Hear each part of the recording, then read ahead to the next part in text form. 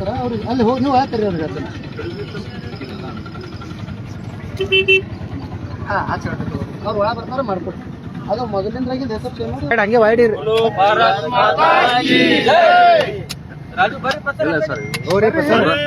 ಗೊಡಪಳ್ಳಿಯವ್ರು ಈ ಕಡೆ ಏರಿದ್ರೆ ಬಹಳ ಕಷ್ಟ ಆಗತ್ತಿತ್ತು 3 ವರ್ಷದಿಂದ ಬಹಳ ತೊಂದರೆದಾಗಿತ್ತು ಮಳೆಗಾಲ ಬಂತು ಅಂದ್ರೆ ನೀರಿದಿಷ್ಟು ನೀರು ರೋಡ್ ಮೇಲೆ ಬಂದು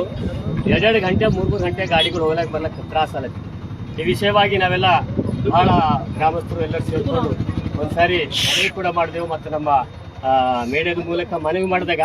ತಕ್ಷಣ ನಮ್ಮ ಗಲ್ದಾಣೆ ಸಾಹೇಬರು ನಮ್ಮ ಕ್ಷೇತ್ರದ ಜನಪ್ರಿಯ ನಾಯಕರು MLA ಸಾಹೇಬರು ತಕ್ಷಣ ಬಂದಿದ್ದಾರೆ ಅವತ್ತು ನೀರಿನ ಜೊತೆ ನೀರು ಬಂದಾಗ ಹಾಗೆ ಬಂದು ಲೋಕಾಯುಕ್ತ ಇಲಾಖೆಯವರಿಗೆ ಮತ್ತು ತಲಾಟಿಗಿರ್ದವರಿಗೆ ತಹಸೀಲ್ದಾರ್ ಅವರಿಗೆ ಕರೆಸಿ ಅವಾಗೇ ಇದು ಆದ ತಕ್ಷಣ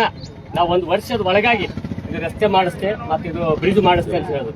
ಅದಕ್ಕೆ ಇವತ್ತಿನ ದಿವಸ ನಮಗೆಲ್ಲ ಭಾಳ ಖುಷಿ ಅದ ನಮ್ಮ ಸಾಬರು ಗಲ್ದಾಣ ಅಣ್ಣವರು ಭಾಳ ಒಳ್ಳೆ ರೀತಿಯಿಂದ ಆಸಕ್ತಿ ವಹಿಸಿ ನಮ್ಮ ಕ್ಷೇತ್ರಕ್ಕೆ ಭಾಳ ಒಳ್ಳೆ ರೀತಿಯಿಂದ ಕೆಲಸ ಮಾಡತ್ತಾರೆ ಅದಕ್ಕೆ ನಮ್ಗೆ ಭಾಳ ಸಂತೋಷ ಅದ ಇದೊಂದು ರೋಡ್ ಮಂಜೂರು ಮಾಡಿಸಿ ಈಗ ಬ್ರಿಡ್ಜ್ ಮಾಡಿಸಿದ್ದಾರೆ ಮತ್ತು ರೋಡ್ ಕೂಡ ಮಾಡಿಸ್ತಾ ಇದ್ದಾರೆ ಅದಕ್ಕೆ ನಮ್ಮ ಗಲ್ದಾಣೆ ಸಾಹೇಬರಿಗೆ ನಮ್ಮ ಗ್ರಾಮಸ್ಥರ ವತಿಯಿಂದ ಚಿಟ್ಟಗ್ರಾಮ ಎಲ್ಲರ ವತಿಯಿಂದ ಮತ್ತು ನನ್ನ ವತಿಯಿಂದ ಭಾಳ ಧನ್ಯವಾದ ಸಲ್ಲಿಸ್ತೀನಿ